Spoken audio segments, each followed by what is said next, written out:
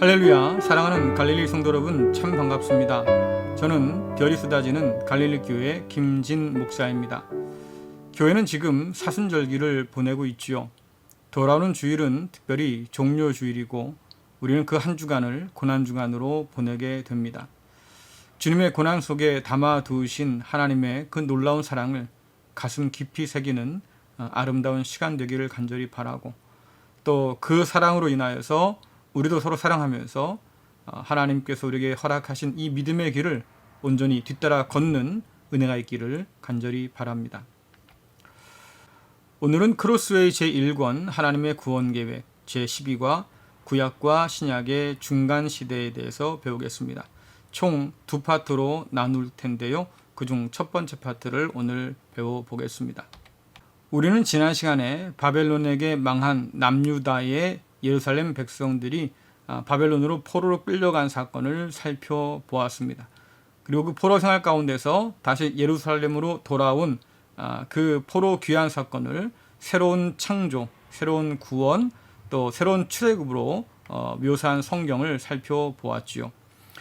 포로기는 이스라엘 역사상 가장 어두운 때였습니다. 하지만 그 가운데서 놀라운 빛을 새롭게 발견한 시대이기도 합니다. 그들은 이 포로기를 통해서 하나님을 새롭게 만나게 되었습니다. 그 포로기를 통해서 유다 백성들이 만난 하나님은 어떤 분이십니까? 하나님은 유다 백성들만의 하나님이 아니라 온 우주 만물의 하나님이란 사실이에요.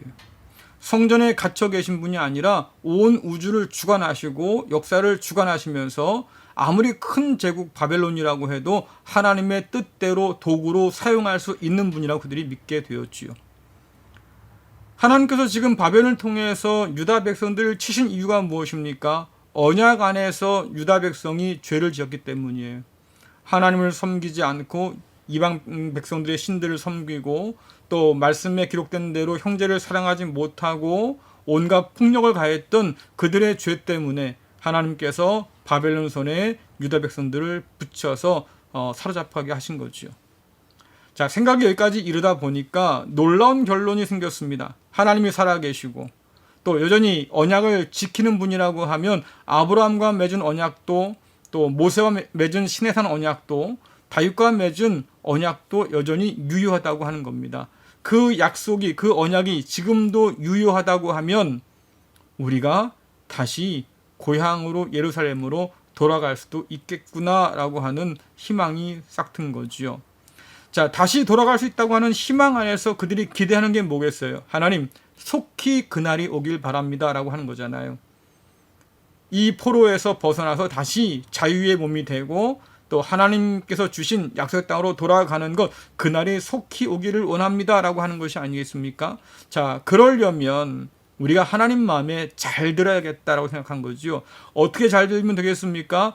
율법을 잘 지키면 하나님께서 우리를 어여쁘게 보시겠다. 이 모든 포로 생활을 빨리 끝내게 하셔서 다시 우리를 고향으로 돌려 보내실 거야. 이런 마음이 생긴 거지요. 그래서 그들이 율법에 집착하게 된 겁니다. 10개의 율법을 그림에서 보는 것처럼 613개의 율법으로 세분화해서 하나 지켜가기 시작했어요.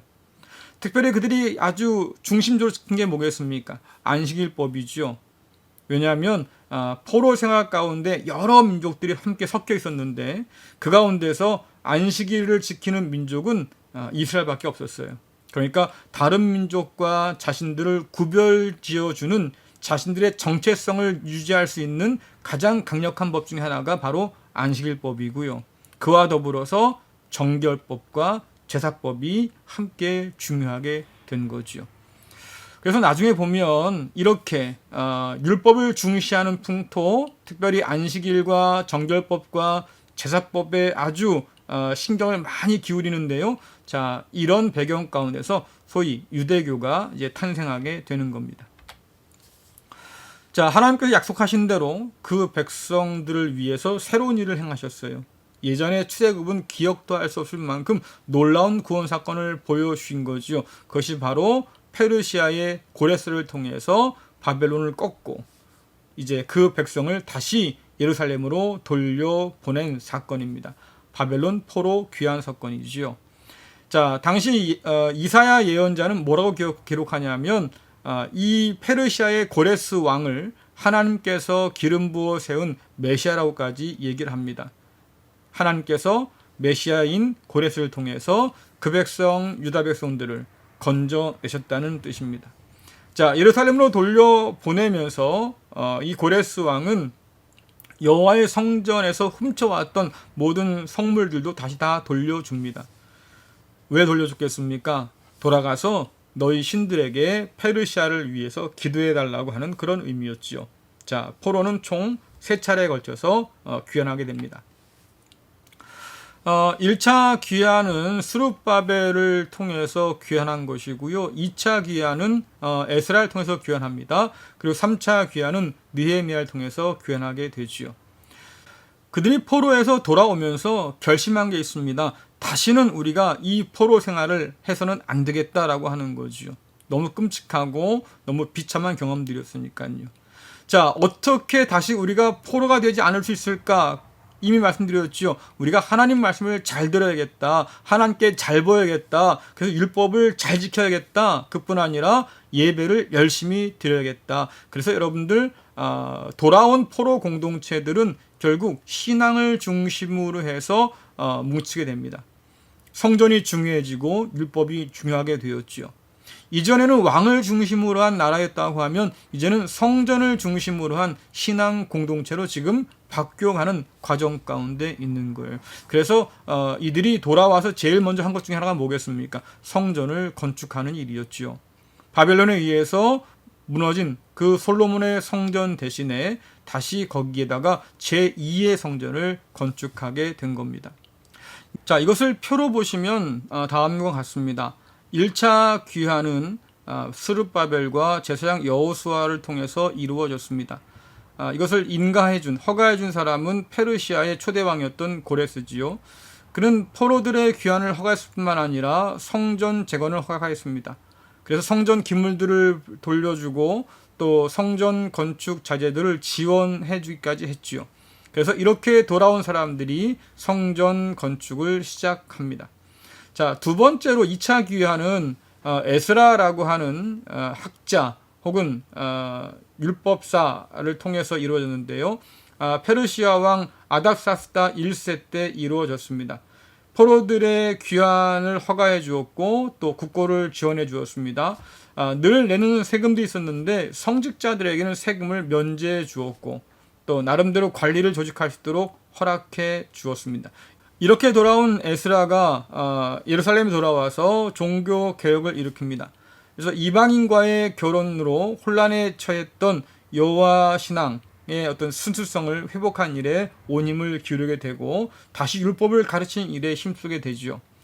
제3차 귀환은 여러분 잘 아시는 느헤미야를 통해서 이루어집니다. 느헤미야는 아닥사스다 1세의 술 맡은 관원이었죠.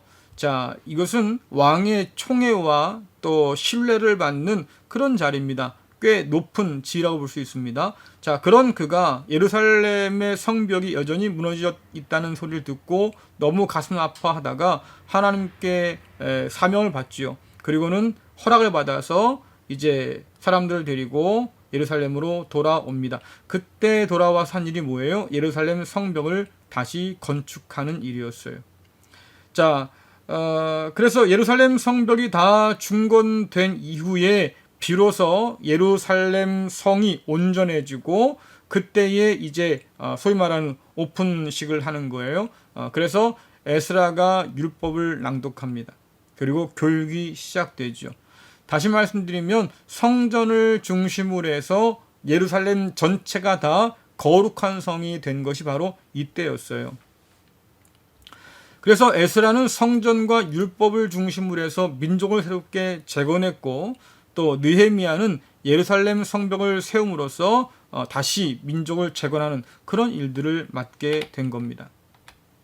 바벨론 포로에서 돌아온 예루살렘 공동체의 삶을 들여다보려고 하면 느헤미야서라든가 혹은 에스라서를 보면 됩니다. 이 두 책은 어려움 중에도 그들이 그 어려움을 이겨내면서 신앙 공동체인 예루살렘을 세워가는 모습들을 볼 수 있어요. 성전을 건축하고 성벽을 건축하고 그래서 다시 그 옛날의 모습을 회복하기 위해서 애쓰는 그런 모습들을 볼 수 있지요. 자, 이렇게 새로운 어떤 시대에 새로운 활력이 필요하지 않습니까? 그 활력을 불어넣을 생각에 다시 역사서를 쓰게 되는데요. 그것이 바로 역대기 상하입니다. 이 역대기 상하는 포로기 이후에 기록된 역사예요. 역대기 상하는 두 가지의 중심점이 있습니다. 첫 번째는 성전이에요. 성전이 어떻게 세워졌고 어떻게 무너졌는가를 역사를 통해서 살펴보고 있지요. 왜 그렇습니까? 다시는 이 성전이 무너지고 우리가 포로 잡혀간 일이 없도록 해야겠다. 그래서 어떻게 합니까? 역사로부터 배워야겠다. 어떻게 성전이 세워졌는지 그리고 그 귀한 성전 어떻게 무너지게 됐는지 이 과정을 우리는 역사를 통해서 살펴볼 수 있는 거지요. 두 번째로 중심점은 뭐냐면 다윗입니다. 다윗은 성전 건축을 위해서 준비한 사람이에요. 전쟁을 통해서 약속의 땅을 완벽하게 회복한 사람이기도 하겠고 또 그 가운데서 성전을 짓기 위해서 참으로 오랫동안 준비한 사람이죠. 뿐만 아니라 어려움을 당하거나 또 삶의 위기가 다가올 때마다 하나님을 향한 그런 가슴 절절한 사랑과 또 신뢰를 노래했던 그런 신앙이기도 하고요. 그러니까 포로 공동체가 하나의 모델이 필요했던 겁니다. 아, 다윗처럼 하면 되겠구나. 다윗처럼 하나님을 사랑하고 다윗처럼 하나님의 성전을 사랑하는 사람이면 참 좋겠다. 우리가 이렇게 살면 우리 이 예루살렘 공동체는 영원히 안전할 것이다. 이런 기대감이 있던 거예요. 자, 이번 그림은 이스라엘을 지배했던 제국들을 표시한 지도입니다. 여러분 보시다시피 아수르, 바벨론, 또 페르시아, 그리고 그리스, 로마 세계에서 가장 커다랬던 제국 5개가 모두가 다 이 팔레스틴 이스라엘 지역을 지배하고 있었습니다. 왜냐하니까 이 땅은 유럽과 아시아, 아프리카를 잇는 세 대륙을 잇는 유일한 땅이거든요. 그러니까 강대국들이라고 하면 언제든지 노릴 만한 그런 욕심나는 땅인 거지요. 언제나 북쪽에서 일어난 제국은 남쪽 이집트를 노리고 남하하는데 그 남하는 통로가 어디입니까? 팔레스틴이에요. 또 이집트는 본토가 아닌 이 팔레스틴을 완충제로 삼아서 방어에 들어가지 않습니까? 그러니까 그러다 보면 팔레스틴은 언제나 전쟁터지요. 친 이집트가 되든지 친 북쪽 제국이 되든지 갈리기도 하고 말입니다. 어쨌든 내부적으로 외부적으로 이 팔레스틴은 언제나 전쟁터가 될 수밖에 없었습니다. 자, 지도에서 보는 것처럼 커다란 아수르 제국이 있고요. 그 가운데 동그라미 표시해 놨습니다. 이스라엘 팔레스틴 지역이 들어있어요. 여러분 잘 아시는 것처럼 북쪽 이스라엘이 이 아수르 제국에게 망했지요. 자, 이 아수르 제국은 인종 혼합 정책을 썼습니다. 그래서 팔레스틴에 남아있던 유대인들과 또 이방인들을 데리고 와서 결혼시켜서 그곳에 살게 했습니다. 문화가 뒤섞인 거지요. 결국 그들이 사마리아인으로 불려요. 이 사마리아인들은 나중에 보면 포로에서 돌아온 예루살렘 사람들에게 의해서 배척당하죠. 왜? 너희들은 순수한 혈통을 잃어버린 사람들이기 때문에 하나님의 언약 백성이 될 수 없다고 했던 겁니다. 그래서 그들을 약속 밖의 사람으로 취급해 버렸습니다. 이 아수르 제국을 뒤이어서 패권을 차지한 나라가 바로 바벨론이지요. 바벨론이 차지한 땅도 굉장히 크고 넓습니다. 자, 이 바벨론 땅에 포함된 것이 보시면 빨간색으로 동그라미 되어 있지요. 거기가 바로 이스라엘 땅이에요. 팔레스틴 땅이지요. 자, 이 팔레스틴에 있던 남쪽 유다가 결국 어떻게 됩니까? 바벨론 제국에 의해서 파괴되지요. 무너집니다. 성전도 불타고 성벽도 파괴되고 그리고 몽땅 다 포로로 끌려가지요. 자, 아까도 말씀드렸지만 그래서 포로기가 시작되는데 마냥 어두운 때는 아니라고 그랬어요. 하나님을 새롭게 만나고 발견한 때라고 말씀드렸습니다. 자, 바벨론 제국의 뒤를 이어서 페르시아가 등장합니다. 자, 페르시아의 초대 왕이었던 고레스가 유대인들을 고향으로 돌아가라고 풀어주지요. 그래서 포로 귀환이 이루어진 겁니다. 자, 돌아온 사람들이 성전도 제공하고 또 율법을 가르치는 서기관들이 이제 각각의 역할을 시작하게 되었습니다. 자, 구약 시대가 끝날 때까지 이 페르시아는 유대 땅을 지배하고 있었어요.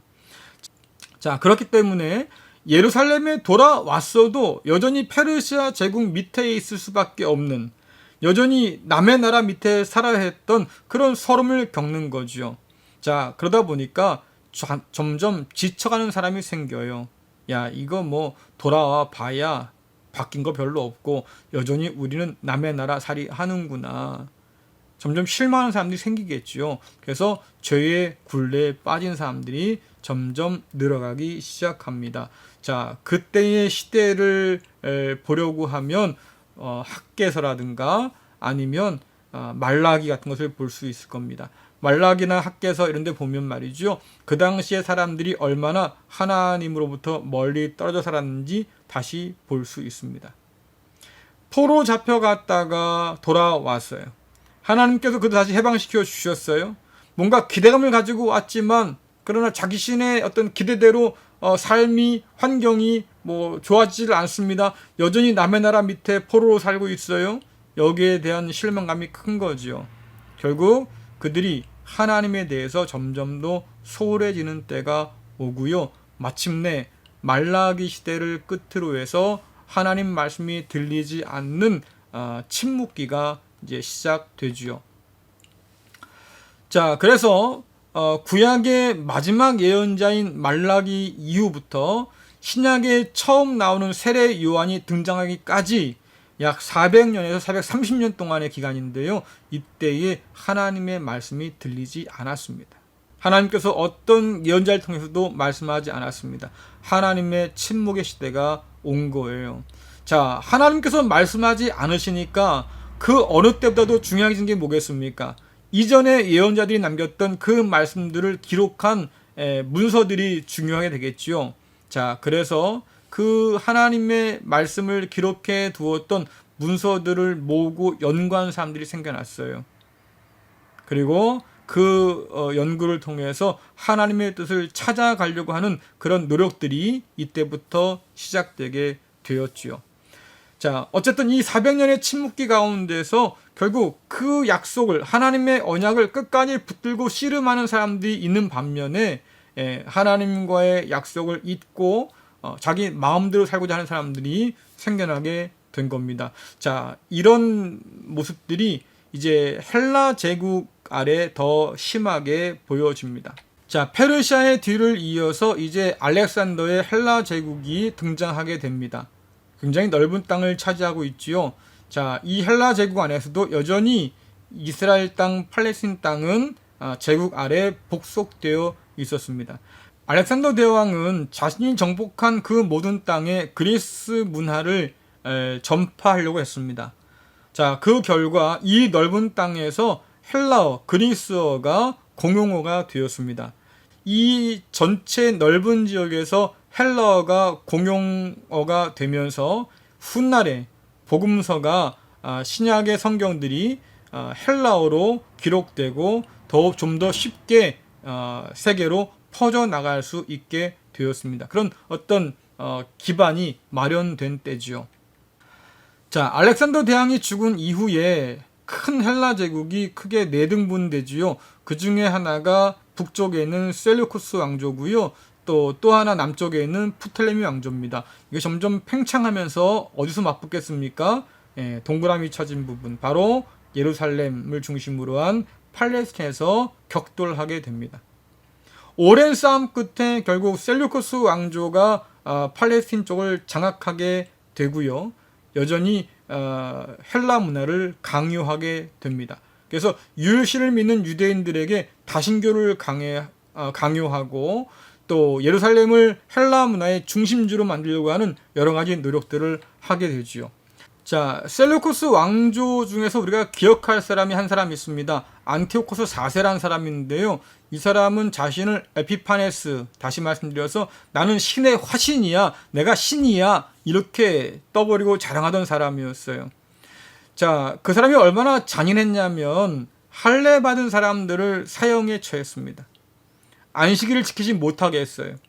또 성전세를 하나님 성전이 아닌 제우스에게 드리게 했고요. 또 하나님 성전 제단 위에다가 제우스의 제단을 만들어 놓고 거기서 돼지 피를 뿌리면서 제사를 드리게 했습니다. 그러니까 성전을 완전히 더럽혀 놓은 거죠. 성경을 불태우기도 했습니다. 자, 이렇게 헬라화하는 과정 가운데 여러 문제점이 생기니까 이런 헬라화를 저항하면서 우리는 모세 율법을 지키면서 경건하게 살겠다 했던 유대인들이 있었습니다. 이 사람을 하시딤이라고 그래요. 자, 근데 이 안티오코스 4세가 하시딤을 거의 말살시켜 버립니다. 그래서 이 안티오코스 4세를 피해서 하시딤들이 광야로 도망가 숨기도 했어요. 그런데 군대를 보내서 다 죽이려고 애를 썼지요. 심지어 안식일에는 이 하시딤들이 아무것도 하지 않는다는 걸 알고 말입니다. 일부러 안식일에 공격해서 저항하지 않는 그들을 죽이기도 했습니다. 그만큼 끔찍했어요. 자, 참고적으로 말씀드리면 이 하시딤의 후예들이 나중에 바리새인이 되기도 하고 사두개인이 되기도 합니다. 자, 이런 어떤 셀류코스 왕조의 폭정에 견디지 못해서 그 무장 봉기가 일어나죠. 그래서 레위지파 중에서 마카비 일가가 봉기를 일으켜서 독립을 쟁취합니다. 그래서 처음에 마카비 왕조가 수립이 되고요. 그 이후에 이제 하스몬 왕조라고 해서 새로운 왕조가 들어서는데 이때가 잠깐 동안 제국에서 독립했던 때였어요. 그리고 그 독립이 얼마 되지 못해서 결국 로마 제국이 등장하게 되는 거지요. 그래서 예수님께서 이 땅에 오시기 한 60년 전에 말입니다. 로마가 결국 이 예루살렘을 점령합니다. 그래서 다시 이 유대 땅 혹은 팔레스틴 땅은 제국의 선악위에 들어가게 되었죠. 자, 이 그림은 이스라엘의 왕이 세워진 이후에 각 시대별로 영토를 비교해 놓은 땅입니다. 여러분 한눈에 보기에도 누가 제일 많은 땅을 차지했습니까? 다윗이지요. 다윗이 다스린 지역을 한번 보세요. 사울이라든가 다윗 이후의 솔로몬, 르호보암 이런 날 보면 이스라엘 백성들이 다윗을 그리워할 이유가 분명할 것 같아요. 다윗의 뒤를 이었던 솔로몬은 제왕적 통치를 했습니다. 성전과 궁궐을 짓는데 엄청난 힘을 낭비했어요. 결국 어떻게 됩니까? 약속의 땅 일부였던 북쪽을 결국 이방 나라에게 팔아버리잖아요. 그 공사 대금으로. 자, 그 이후에 점점 나라가 작아져요. 강대국의 눈치를 봐야 하는 봉신국가로 전락합니다. 결국 이 그림을 보면 왜 포로에서 돌아왔던 유대인들이 그 다윗의 시대를 그렇게 소망했는지를 볼 수 있습니다.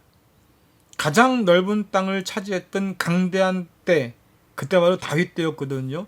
더 이상 남의 나라 눈치 보지 않고 다른 제국 앞에 굽신거리지 않고 자신들의 믿음을 지키면서 당당히 살아갔던 때가 바로 다윗 때잖아요. 그러니까 그 다윗 때를 그리워하는 거예요. 어둠이 깊을수록 아침을 바라는 마음이 간절해지는 것처럼 오랜 세월 남의 나라 밑에 짓눌려 살았던 그들 마음 가운데 이스라엘의 황금기였던 그 다윗 시대가 다시 오기를 기대한 거지요. 누굴 통해서? 다윗과 같은 메시아를 통해서 그날이 오면 좋겠다고 그들이 간절히 믿고 또 소망한 거예요. 자, 정리해보면 포로에서 돌아온 유다 백성들이 예루살렘에 모였습니다. 성전도 짓고 율법도 가르치고 성벽도 보수해서 이제는 완전한 신앙 공동체를 이루며 살게 되었어요. 그들 마음에 어떤 기대가 있습니까? 우리가 율법을 잘 지키고 예배를 잘 드려서 하나님 마음에 들게만 살면 하나님께서 우리를 복 주셔서 언약하신 대로 더 견고하게 세워주실 거야. 어느 때처럼요? 다윗 때처럼. 그렇게 넓은 땅을 차지하고 하나님만을 섬기면서 이방 나라에 굽신거리지 않는 그런 날들 우리가 허락해 주실 거야. 그런데 돌아와서 보니 아무리 시간이 지나도 제국은 달라지지 않습니다. 바벨론이 패망한 이후에 페르시아가, 또 헬라가, 그 다음에 로마가 말이죠. 계속해서 그들을 억압하고 있는 중이잖아요. 하나님 말씀은 들려오지 않는데 말이지요. 이런 제국의 억압은 끝나지 않습니다. 그러니까 점점 더 그 소망이 커지는 거지요. 하나님께서 메시아를 보내주시면 다윗과 같은 놀라운 황금 시대가 시작될 거다. 그래서 이 침묵의 시대, 하나님께서 침묵하신 이 시대에 메시아를 향한, 그리스도를 향한, 구원자를 향한 그 열망이 더 강렬해지는 거죠. 그 열망이 최고로 깊어졌을 때, 그때에 예수님께서 오시게 되는 겁니다. 자, 어찌 보면 이 포로 이후에 예루살렘의 이런 정서라든가 유대인들의 삶을 보면 하나님의 메시아를 기다리는 간절한 그런 소망이 형성되던 때였다고 하는 것을 우리가 볼 수 있습니다. 이제 나머지 파트 2에서는 예수님이 오시 직전에 유대 상황들이 어땠는지 좀 더 세심하게 살펴볼 겁니다. 어둠이 깊어가지만 그러나 그 가운데 하나님의 구원의 역사는 여전히 있었다고 하는 사실, 또 하나님의 말씀이 들리지 않았던 그때일지라도 그러나 하나님은 여전히 구원을 위해서 일하고 계신다는 사실을 우리가 좀 확인하면 좋겠습니다. 하나님은 오늘도 살아계시고 그리스도 예수 안에서 저와 여러분과 맺은 언약은 여전히 오늘도 유효하지요. 세상이 어둡고 힘들고 괴롭지만 그러나 그 하나님, 그 언약 믿고 오늘 담대히 이겨내가는 저와 여러분 될 수 있기를 간절히 바랍니다. 기도하겠습니다. 은혜로우신 하나님 아버지 참 감사합니다. 역사에 어두울 때라도 그러나 하나님은 살아계셔서 여전히 빛을 준비하신다는 사실을 다시 한번 배우고 깨닫습니다. 아버지 하나님, 참으로 많은 어려움이 있었지만 그래도 그 가운데서 하나님께서 붙들어 주셔서 유다 백성들을 살리시고 새로운 날들을 바라보게 하여 주셨습니다. 오늘 우리가 절망하는 이 시대를 살아가지만 그러나 우리 역시도 살아계신 하나님 믿으면서 오늘을 견디고 이겨내고 있습니다. 주님, 우리의 마음이 변하지 않도록 인도하여 주시고 또한 이 어둠 가운데 일하시는 하나님을 통해서 새로운 구원의 빛을 발견할 수 있도록 주여 도와주옵소서. 예수님의 이름으로 기도드리옵나이다. 아멘. 네, 마치겠습니다. 여러분들 남은 날도 주님과 함께 동행하면서 주님의 친구로 살아가는 귀한 날 되기를 간절히 바랍니다. 감사합니다.